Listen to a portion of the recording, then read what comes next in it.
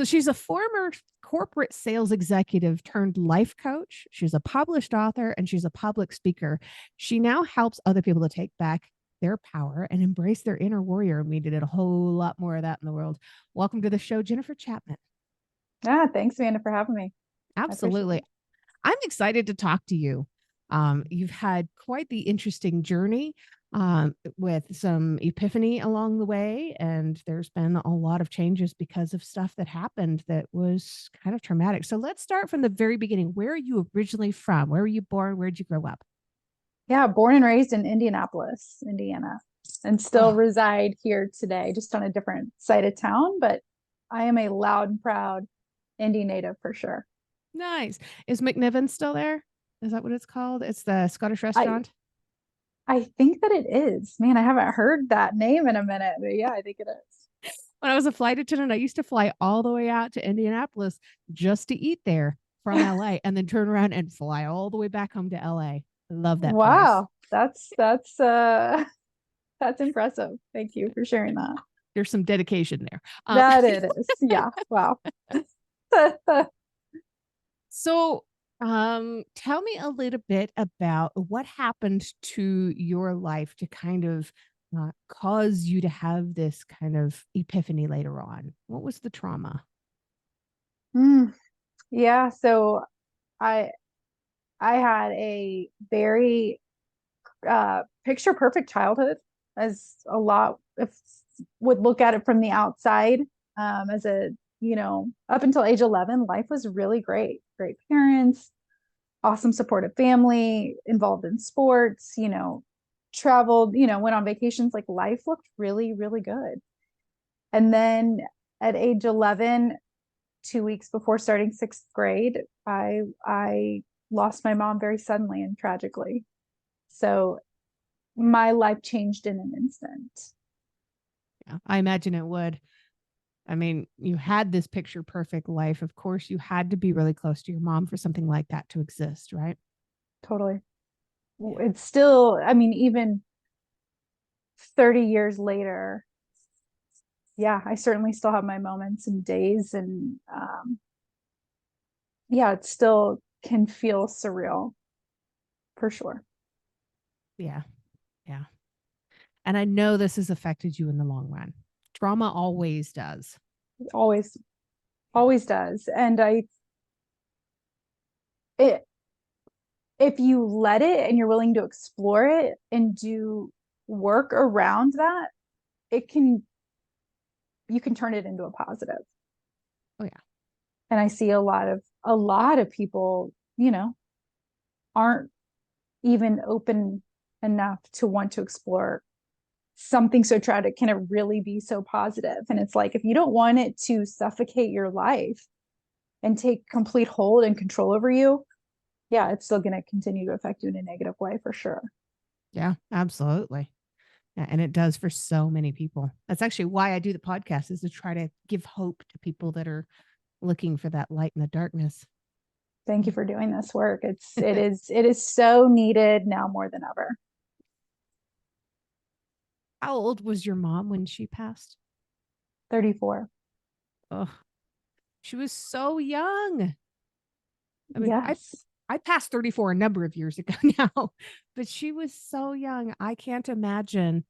I and you said it was sudden and tragic. I imagine she had no warning. Just all of a sudden, she was just gone.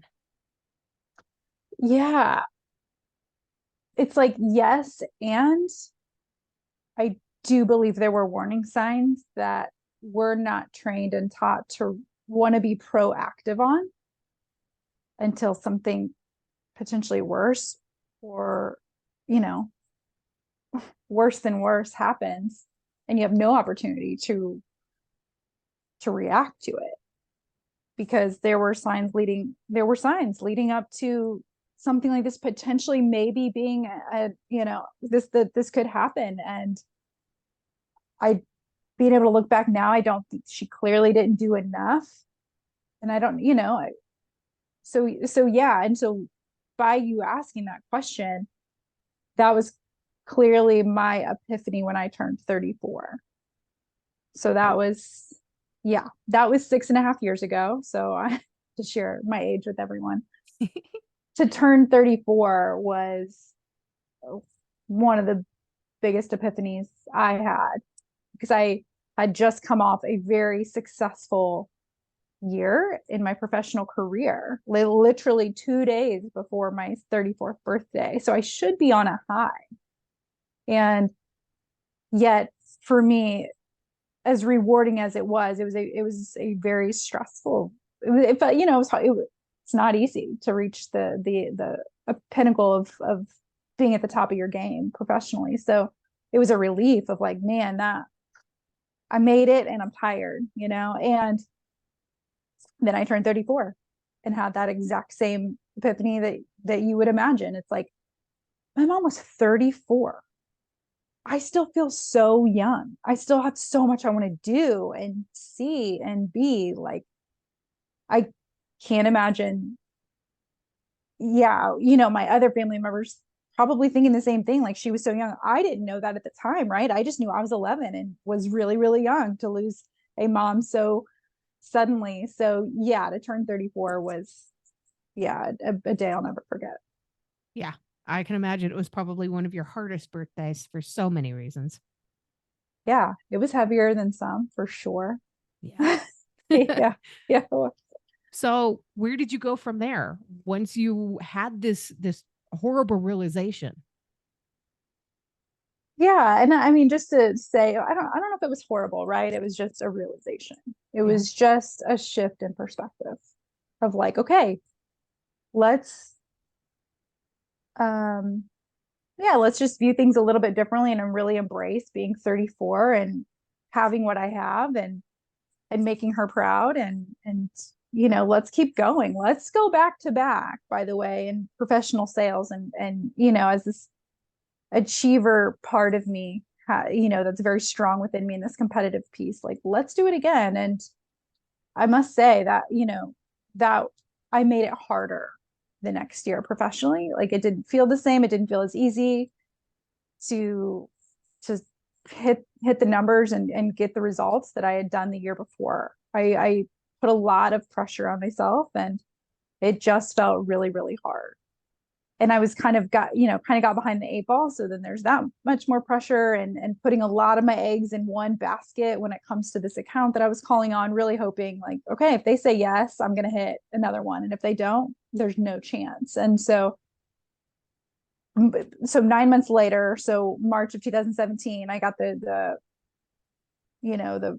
call that you don't want to get, and saying like, yep, we're not going to move forward with Mm-mm. with the deal. We're not able to do it right now. And so that was deflating. And then probably within a couple 3 weeks of that, again, my life had different plans for me, and had no idea that this was going to be a possibility, but that at age 34, I suffered a life-changing stroke. Oh my goodness. Oh, that Yeah. had to be terrifying. You're thinking, I'm 34, my mom was 34. I didn't think that, in that moment, Wow. that day, like, being 34 didn't cross my mind. You know what I Yeah. mean? Like, it wasn't, so it wasn't until about a year and a half later after recovering physically and really overcoming the mental and emotional distress that it caused me, because that was harder to recover from than the physical part for me, that I hired a life coach, because I was really struggling and crying every day and not knowing why, and still trying to work at a high level, because I went back to corporate sales months later. Wow. And then I had that epiphany of, yep, I was the same age my mom was. I've survived this. I've made it. And this is why I'm here. So now I have to ask, was it a stroke that took your mom? It was not. Wow. It was not. I think, like, losing your mom's, no matter what, is hard. Losing her suddenly, harder. To lose her the way we lost her is probably the surreal part, which is that she had an allergic reaction to something she ate, and her throat swelled shut. Oh my gosh. Yeah. Wow.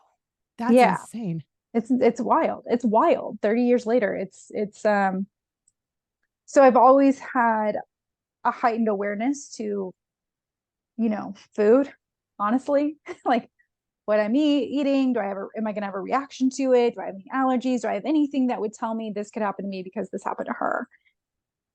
And I thankfully no, but that's certainly, yeah, that doesn't escape my mind ever. So yeah, no stroke for her. And it was, yeah, I've had Wow. my own, yeah, experience, and now on my own, really, it's continuous self-healing journey 6.5 years later, for sure. Yeah. Well, traumatic events, whether they're physical or emotional, you're always going to have a lifelong journey after that Mhm. of trying to climb back and recover from that and to keep going. And I mean, it's such a journey for every single one of us. Yeah. I know that you Yeah. said you were going through a lot of recovery stuff and you went back into sales. Do you feel like your life kind of pivoted because of the stroke? Do you feel like you wanted to make changes? Yes. It was probably, so I stayed with my corporate organization another year and a half after, through that year and a half of being there. Yeah, things, I was starting to really shift my way of thinking, really paying attention to, wait a second, I'm not really fulfilled here anymore. I don't know what I want to do next. I have no idea, but it's something bigger than this. So I certainly had that realization there. And, while working with my life coach, explored that further with her, still didn't know what I wanted things to look like. Left corporate in 2019, went into home health at the time, with a locally owned company here in Indianapolis. And it was a fine transition. It was good to get out of corporate. But really, it was when, in 2020, it was in the spring and summer of 2020 that I started to explore, can I do something similar that my coach did for me? Can I do this for other women, other people, other men too? Can I be, yeah, someone of, support, and to create inspiration and motivation, and, for other people? That is cool. Did you find that it was difficult to go from that competitive mindset to being that I'm going to lift everybody else up mindset? Mm. If my family were hearing this right now and I said to you, I've toned down my competitive mindset, they'd be like, tell her the truth. So I certainly still have that competitiveness within me that burns bright. And I'm thankful for it, because it's gotten me to where I'm at, honestly, with being a career in sales before this next career that I'm in now, in sports, and every, you know, everything I've done, that competitiveness has helped me get here. So I do think I've been able to tone it down, and really kind of bring it back, to perspective, and kind of realize what's really important here. What do I need to, what am I sweating? What do I not need to sweat so much? What's really deep and what's not so deep now? Yeah. Yeah. Yeah. Do you have brothers and sisters? Do you compete with them at home with different things? Like, when you go bowling or whatever. I mean, I could go bowling to a perfect stranger in the next lane and we're competing. He just doesn't know it. You got to get it out somehow, right? Yeah, that's right. Honestly, yes, I have a brother. We, yes, we were a little bit competitive growing up. I'm, whether my husband knows it, he does know it. I'm extremely competitive with him on Wow. anything. Yeah. And I'm Hopefully in a good very, way. yeah, I'm very grateful he puts up with that with me. I think it's good for him. He just maybe doesn't realize how good it is for him. But Pushes him to do more, right? That's what competition's all about. regardless, it pushes me. And that's what matters to me, right? Like it's been another realization for me over these last few years. Like, I'm competing with myself every day. That's it. Right. Yeah. I'm not competing with anybody else. Like, when I was in corporate sales, it was really learning, like, I'm not competing with any of our actual competitors out there. I'm competing with me and my headspace and my ability and my attitude and my effort every single day. Right. If I've given my best every day, it was really working with that being good enough. And if I didn't land a deal, that was on me. right? Versus blaming it potentially on something outside of myself, which at the time sometimes was easier to do, right? Than looking in the mirror, which I think a lot of people, what I know to be true over these last 3 years, struggle to want to look in the mirror. Yeah. Yeah. I know this is becoming more and more of an epidemic too. Yeah, I would agree. Do you think there's a connection between that struggle and social media? Yeah, for sure. Right. Like that's social media. I mean, it can be a great place to go, and my social media, it's and who I follow and all of that has changed over these last 2 or 3 years, with really paying attention to who gives me energy when I do get on there and who are the Debbie Downers and the energy drainers that get on there and things that I know are not going to serve me well, which, can't be 100% of the time when you get on there. But yeah, social media has a strong hold on a lot of us, whether we are consciously aware of that or not. Right. Yeah. I mean, speaking of competition, we're constantly competing for the most number of likes or the most number Yeah. of comments or the most number of people wanting to interact with us in some way on social media. Yeah. It's for me, it was, and I said, I would be lying if I still didn't do it now. I don't pay as much attention to the numbers, right? Like I just trust that the content and the messages that I put out there are going to reach the person that needed to hear it that day. Yeah. But yeah, for me, it was looking, I mean, it can be looking for external validation, Yeah. which is what I used to struggle with. Now, it's really paying attention to things it's just affirmation for me Yeah. versus trusting someone else that I may not know to then say, yeah, okay, now I did make the right decision or the right choice because I heard it from someone else, to then say, yep, that's what you need to do, versus really building my own trust within myself. Yeah. Yeah. You I've don't need somebody else to tell you that you're worth loving. That's right. And isn't everyone looking for that? Oh, yeah, absolutely. Always.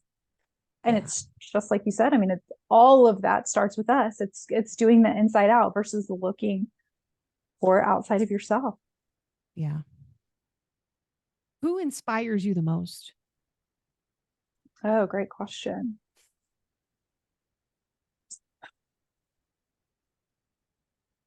I mean, now that I'm, you know, stepped away from an employer 18 months ago to step into my true calling as a coach and speaker and create my own business, the the men and women that are a couple steps ahead of me, on where I want to be, are inspiring, because it's like I know they've been where I'm at, where it feels like maybe a little bit more of an extreme roller coaster ride, and now it's maybe evened out a little bit, or the dips don't feel as deep, right? And they're going like this, yet they still stay vulnerable and sharing everything that comes with really stepping into your calling, and so I've got a lot of women that are in my circle, really here locally too. I mean, yes, all over, but I've built a really great community in Indianapolis of women that are a step or two ahead of me, and I'm very grateful for that. That's amazing. That's Thank beautiful. you. And now I understand you have a copy of your writing there handy. Have you got a part of it that you would like to read for our audience and talk about a little Mm, bit? yeah. So I was in I did a collaboration. So I was grateful to write a chapter to share bits and pieces of my story. And so, yeah, my dream life as I knew it changed when I was 11 years old. The summer before sixth grade, we had hosted a family cookout. We spent time outside and had a meal together like we had done hundreds of times before. This one was different. After dinner, my mom disappeared in her bedroom. We hadn't seen her for a while, so we went to check on her. There she was. She had gotten sick and had passed out on the bathroom floor. We called the ambulance. My brother and I were terrified and hysterical. My aunt and my grandparents surrounded us and assured us everything was going to be okay. My mom was transported to a hospital and us to our grandparents' house. We did not know much about what was happening from one minute to the next. It was a full 36 hours later before we found out how bad the situation was. I was woken up by my dad early in the morning. He tearfully said, "Mom did not make it." Wait, what? I thought I literally could not wrap my head around the fact that she was perfectly fine 2 nights before, and now she was gone. I was shattered. The next couple of days were a whirlwind of activities. There I was, 11 years old, walking into a funeral home to say goodbye to my mom. It was gut-wrenching. It was also heartbreaking to see my brother, my father, and other family members doing the same thing. The amount of support shown to us was overwhelming. There was a line out the door. For 4 straight hours, we were met with family, friends, and acquaintances who brought cards, flowers, love, and condolences for our family. One of the hardest moments during this time was having to see my dad break down as we said our final goodbye. From that point on, every time we would go visit her as a family, he would break down. I really struggled with how to handle seeing him that way. I realized it was not that way of handling her passing. I knew she was not really there, but that I could talk to her from wherever I was.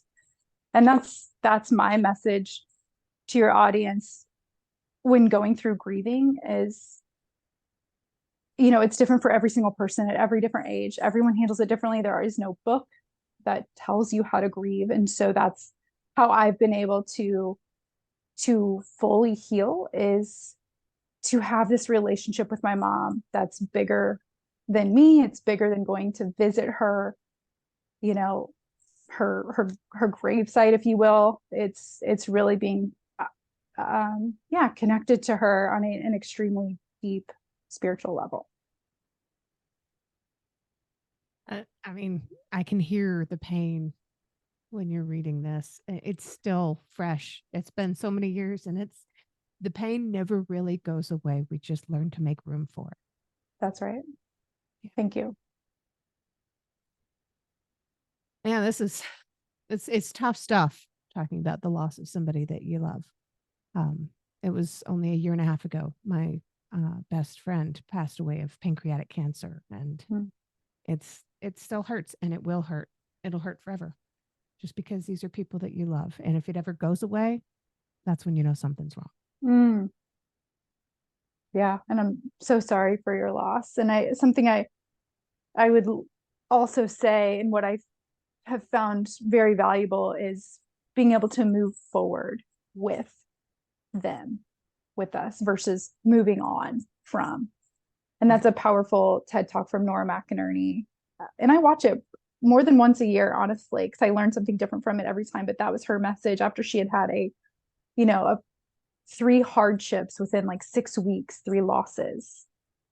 Wow. And people asking, silly questions because they are unaware. And, a lot of people don't know what to say. Yeah. But she was like, it never worked for me to be told, are you ready to move on? Or are you going to move on? Or when are you ready? It's like, you don't. No. You just learn to move forward with. Yeah. You just keep going. That's right. So if people were looking to grab your book, the collaboration, and get inspiration from you and the other people that you wrote with, what's the name of the book? Where did they go to grab it?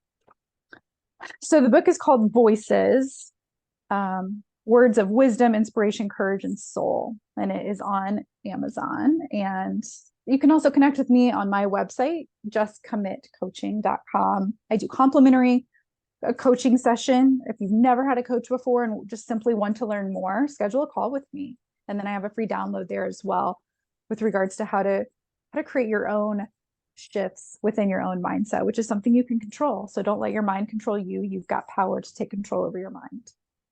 And I'm going to make sure that I do have that link to your website, justcommitcoaching.com, in the episode notes, as well as your LinkedIn and your Instagram, so people can follow along and keep up with your journey here. Thank you. Thank you so much. Absolutely. Absolutely. But now it's time for my most favorite question of the whole episode. Always, always. What is one thing that you truly love about yourself that's not related to your physical appearance? Such a great question. I podcast guests quite a bit, and I love the questions that I don't know are coming. And, I know some of my answers to some questions, right, are pretty standard. I know what I'm going to say every time. But with this question, this is probably something I haven't given, an answer quite like this, but what I really love about myself is my sense of humor and my wittiness. And my husband at times, I can be a little sarcastic and it can lay on kind of thick. I feel like he's one of the only people that don't appreciate it as much as I would like for him to. But humor for me is, it's like if I I love to laugh hard at least once a day. That brings me joy, and it's gotten me through, some of the hardships and the traumas that I've been through as well, as to being able to smile and laugh every day. So that's what I love about myself.